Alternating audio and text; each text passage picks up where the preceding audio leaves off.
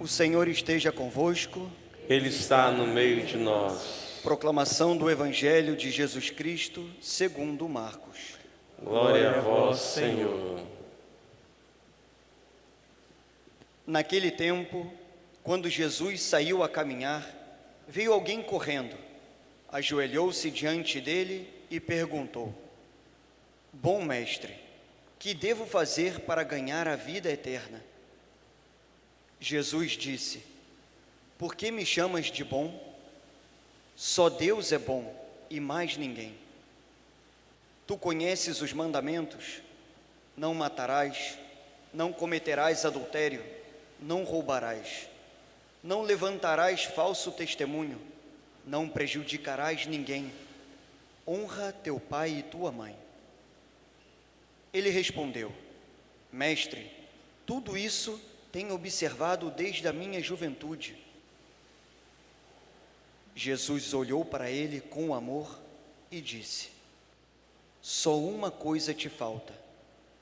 Vai, vende tudo o que tens e dá aos pobres, e terás um tesouro no céu. Depois vem e segue-me.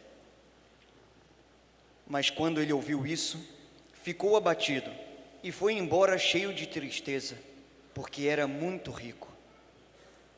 Jesus então olhou ao redor e disse aos discípulos: Como é difícil para os ricos entrar no reino de Deus.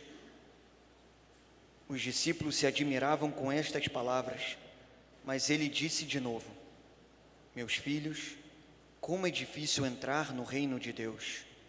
É mais fácil um camelo passar pelo buraco de uma agulha do que um rico entrar no reino de Deus.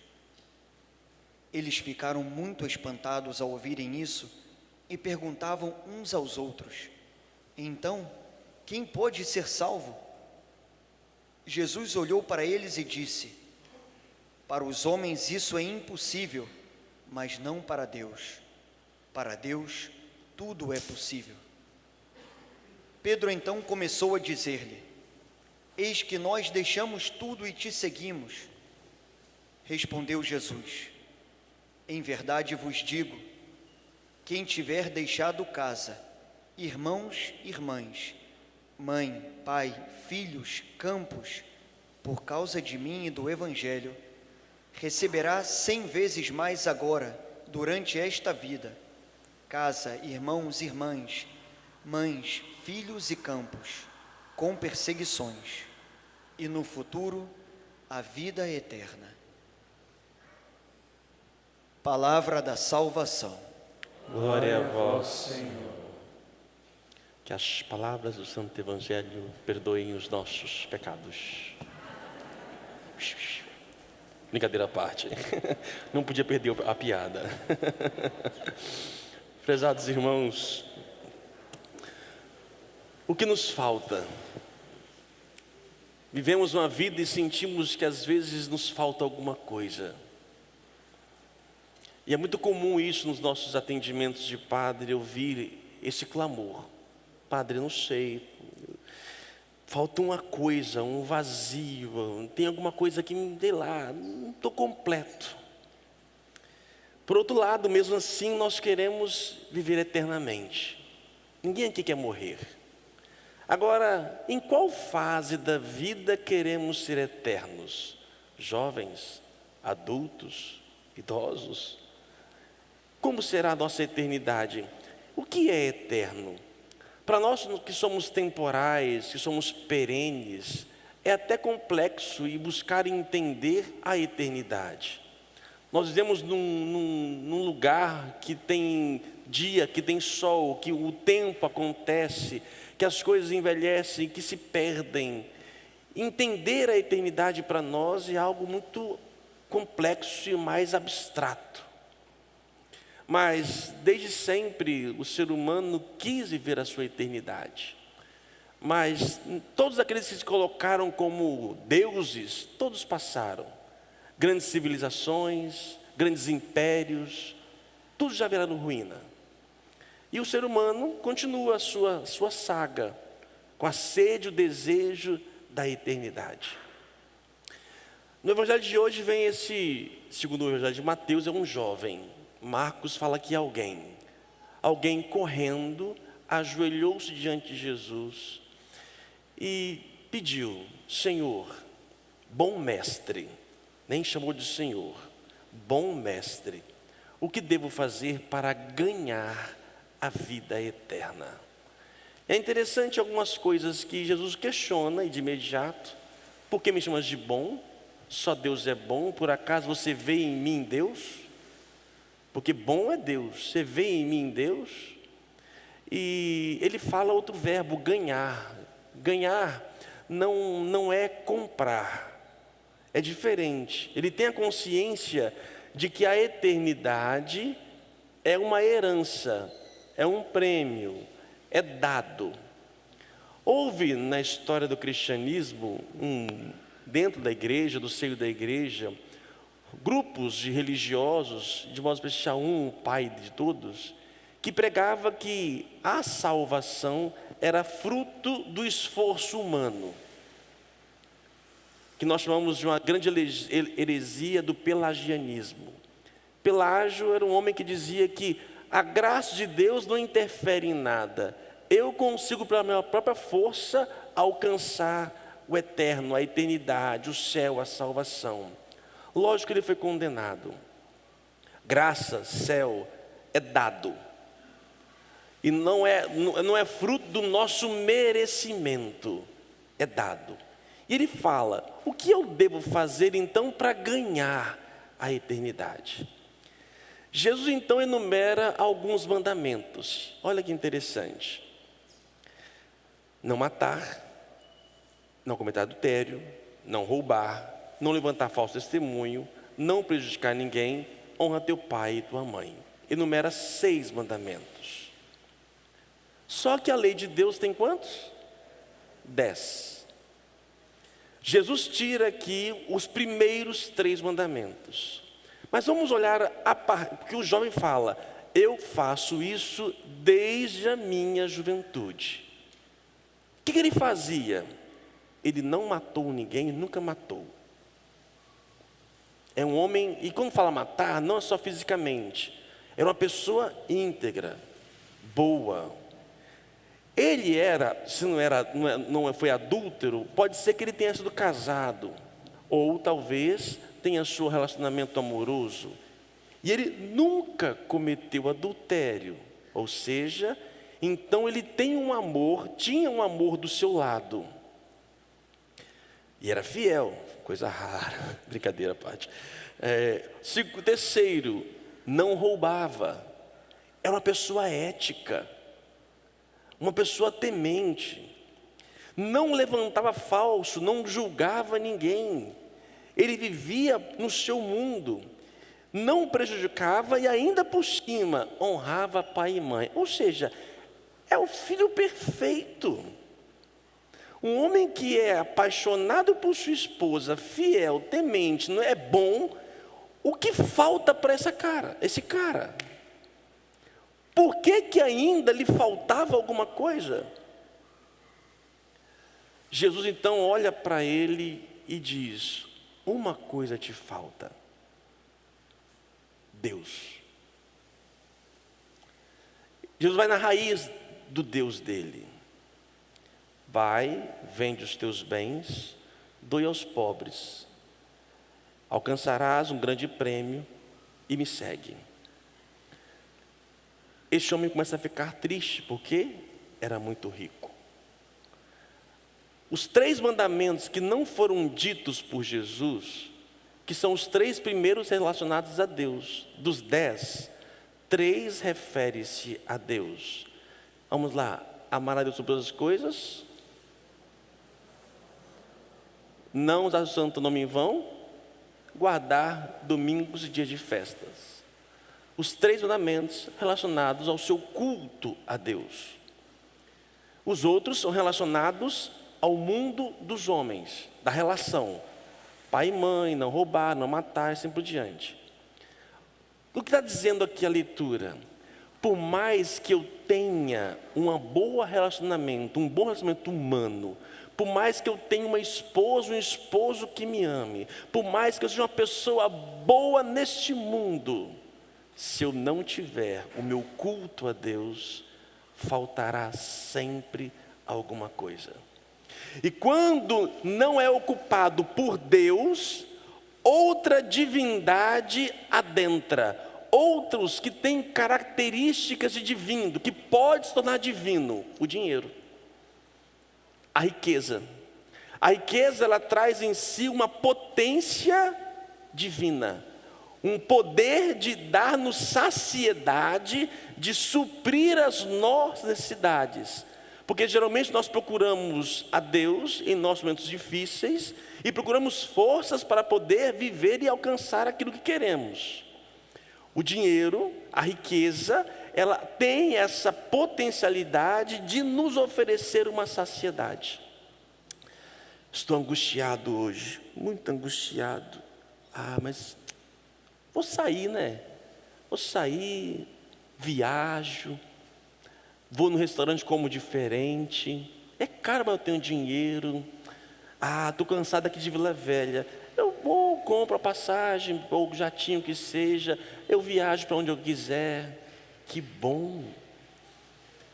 A pandemia está muito arriscada aqui. Eu vou para minha casa de campo. Fico nas montanhas, fico lá na minha veraneio e fico curtindo. E isso provoca em mim o quê? Uma sensação de serenidade, de paz. É a riqueza que o exercício dela, ela oferece para mim. Só que tem um preço. No início, ela vai te dando sim, só que ela não tem poder de ser eterno, porque daqui a pouco eu me canso. Eu me canso e ela não consegue mais oferecer.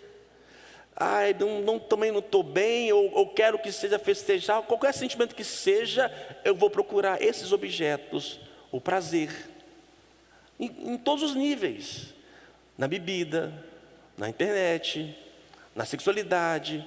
Eu vou tentando preencher algo que está dentro de mim. E no início está ótimo, está beleza, estou adorando, porque está gostoso tudo isso. Só que esses prazeres, esses deuses, essas divindades que têm um poder de realmente saciar-nos, esgotam.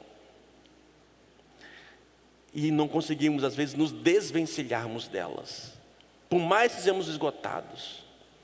Como eu disse, como padre, quem escuta as pessoas, quem tem o hábito de escutar, o que mais a gente tem ouvido ultimamente é justamente o vazio existencial humano.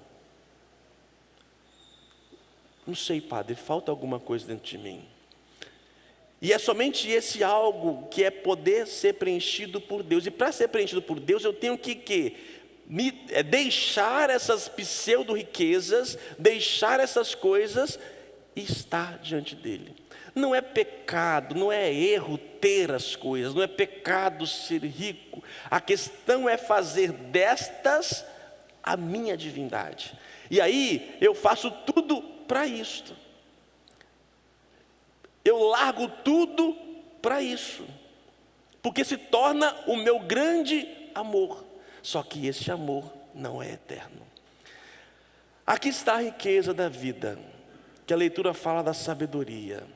Uma vida sábia. O sábio é aquele que tem uma grande riqueza, que essa riqueza não se compara, nenhum metal nessa terra é comparado, tem valor, é perene como a sabedoria. E a sabedoria se fez carne. Essa carne é Cristo. E a sabedoria nada mais é. Qual é a maior riqueza do ser humano então? É amar. Só que o amor, como já disse, não basta o amor entre nós. O amor humano, por mais prazeroso, gostoso que nos dá, tem força capaz de preencher o coração humano. Por isso muitos casais que começam com muita força de vigor e sentimento, se não cuida deste alimento, se vive somente um para o outro, daqui a pouco se esgotam, se cansam. Não é à toa que o primeiro mandamento da lei de Deus diz: amar a Deus sobre todas as coisas, todas. E se não for Deus sobre todas as coisas, um outro todo vai entrar dentro de mim. De Jesus, como é difícil um rico entrar no reino de Deus. Porque ele tem que renunciar à sua riqueza, renunciar. Quando fala assim, dar aos pobres, não quer dizer que você deve pegar os seus apartamentos, vender tudo e sair doando. Pode fazer, não tem problema não. Vai ser algo muito benéfico para o seu coração. Muitos já fizeram isto. Mas colocar a sua riqueza à disposição e não à disposição dos mesmos próximos a você, mas à disposição daqueles que não podem te retribuir. E que riqueza é essa? Material. Riqueza de conhecimento. Riqueza de saúde. Um jovem, uma pessoa com saúde, é não gastar a sua vida só para si. Quem vive só para si, faz da sua saúde o seu Deus, e passa a viver para ela, para Ele. Então, ou seja, eu coloco a minha saúde, a minha vida, o meu conhecimento, o meu ser, e dou aos pobres, dou a quem não tem saúde, dou a quem não tem uma casa, dou àquele que não tem conhecimento, eu vou doando. E quanto mais eu dou para as pessoas, diz o Senhor, eu amontou um tesouro no céu. Mas não basta também, é preciso segui-lo. Porque eu posso fazer tudo isto, mas se não segui-lo, eu não alcanço o reino de Deus. E aí vem São Pedro: Jesus, nós deixamos tudo. Aí enumera Jesus 7 coisas. É verdade, eu vos digo, quem tiver deixado casa, irmãos, irmãs, mãe, pai, filhos, campos, por causa de mim e do Evangelho. Tem gente que deixa pai e mãe por causa do dinheiro, por causa do trabalho, por causa do poder, né? Não vai receber nada disso não. Quem deixa por causa de Cristo e do Evangelho, receberá 100 vezes mais nesta terra. Só que das 7 coisas deixadas, só 6 são recebidas. Uma falta. Qual é?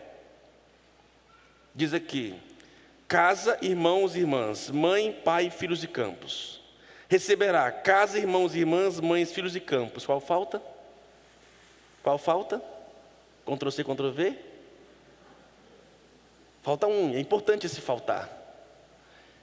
Casa, irmãos, irmãs, mãe, pai, filhos e campos. Receberá 100 vezes casa, irmãos, irmãs, mães, filhos e campos. Faltou? Pai. Por que faltou o pai? Quem deixar, receberá 100 vezes mais. Casa, mãe, não. Por que o pai não? Por que o pai não? Por que eu não vou receber 100 pais? Porque pai é um só. Deus. Pai é um só. Aquele que vive, é engraçado no reino de Deus, né? Quanto mais você desprende, mais você tem. No mundo, quanto mais você retém, mais você tem. Há uma diferença.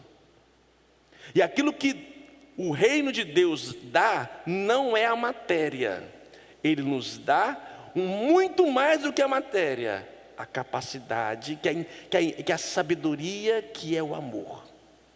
Só quem consegue desprender, consegue preencher do Deus verdadeiro. Quem vive para ter o aprisiona. E quanto mais tem, mais vazio está. Seja o que for. Seja carro, seja dinheiro, seja mulher, seja o que for, seja homem. Quanto mais você vive em prol daquilo, mais você tem, menos você tem quando você está ainda sempre com vontade, está insaciado. Por isso o Salmo diz para nós, né? Saciai-nos, ó Senhor, desde manhã, ensinai-nos a contar nossos dias, dai ao nosso coração sabedoria, saciai-nos de manhã com o vosso amor, e exultaremos de alegria todo dia. Prezados irmãos, o que lhe falta? Deus. Falta em nossa humanidade. E mesmo nós que já fizemos e deixamos tudo isto, ainda assim requer todos os dias suplicar, porque muito facilmente outros deuses invadem dentro de nós. E nós nos bastamos com a saciedade do mundo. Só que a saciedade instintiva do mundo uma hora conta, pede a conta. E aí a gente vai perceber que nós não estamos plenos. Somente Deus tem esse poder. Peçamos na graça do Pai esta capacidade realmente de se doar. E é somente nos doando, nos deixando, nos dando, que nós, como disse São Francisco, né? Pois é dando que recebereis, né? E é morrendo que realmente iremos ao ganhar a vida eterna. E quando eu começo nesta terra a fazer essa experiência, a eternidade passa a estar dentro de mim. Quanto mais eu vou deixando as coisas e me doando, é um sentimento que brota dentro da gente, que é impossível a gente dizer em palavras. É mais do que um bem-estar. É algo que invade, que te dá uma alegria, que por mais que os prazeres, os sentidos, tato, paladar, visão, possam ter nos proporcionado, não chega aos pés da saciedade do que o amor provoca em nós, do que a prática do amor provoca em nós, do se doar. Isto não se compra, não se compra. É só aqueles que conseguem deixar suas riquezas, doar suas riquezas, é que podem de fato encontrar. E aí quando você encontra isso, você não quer nunca mais você quer abandonar. É como dizer a outra parábola, né? Quem encontrou um tesouro é como aquele que compra aquele terreno, vende tudo que tem e passa a ver por aquilo. Quando eu experimento algo tão gostoso, eu quero continuar com esse sentimento dentro de mim. Sabe o sentido que você viveu pela comida, aquela comida deliciosa. Nossa, que comida é essa? Que te leva aos céus. Aquela bebida, que vinho é esse? Misericórdia, ótimo. Que pessoa é aquela? Que sensação gostosa, seja qual for o sentido, que música, melodia. Os nossos instintos não são capazes. Eles nos levam a um ápice, só que até os instintos não são capazes de nos dar a plenitude. Porque eu posso cansar da comida, da bebida, da pessoa. Mas quando eu experimento a graça do amor e está em Deus, é interessante, quanto mais eu me sacio de Deus, mais eu quero, porque Deus é inesgotável, não cansa, pelo contrário, Ele nos leva à plenitude. Diz Santa Teresa, ela fala do gozo espiritual, do ápice, da profunda intimidade, de uma alegria inenarrável. Só que para isso temos que deixar nossa riqueza. Não fala na parábola ou no texto o que o jovem fez. Só diz que ele foi para casa triste. Porque ele sabia o que faltava para ele, ele sabia qual era o caminho, mas ele não teve coragem de abandonar. Às vezes somos assim também. Sabemos o que devemos fazer, mas nós não queremos fazer, porque continuamos a servir e a viver dos deuses que nós criamos. Só que enquanto nós nunca experimentarmos a melhor comida, a melhor bebida ou o amor, nós nos bastaremos com aquilo que nós comemos. Louvado seja o nosso Senhor Jesus Cristo. Para sempre seja louvado.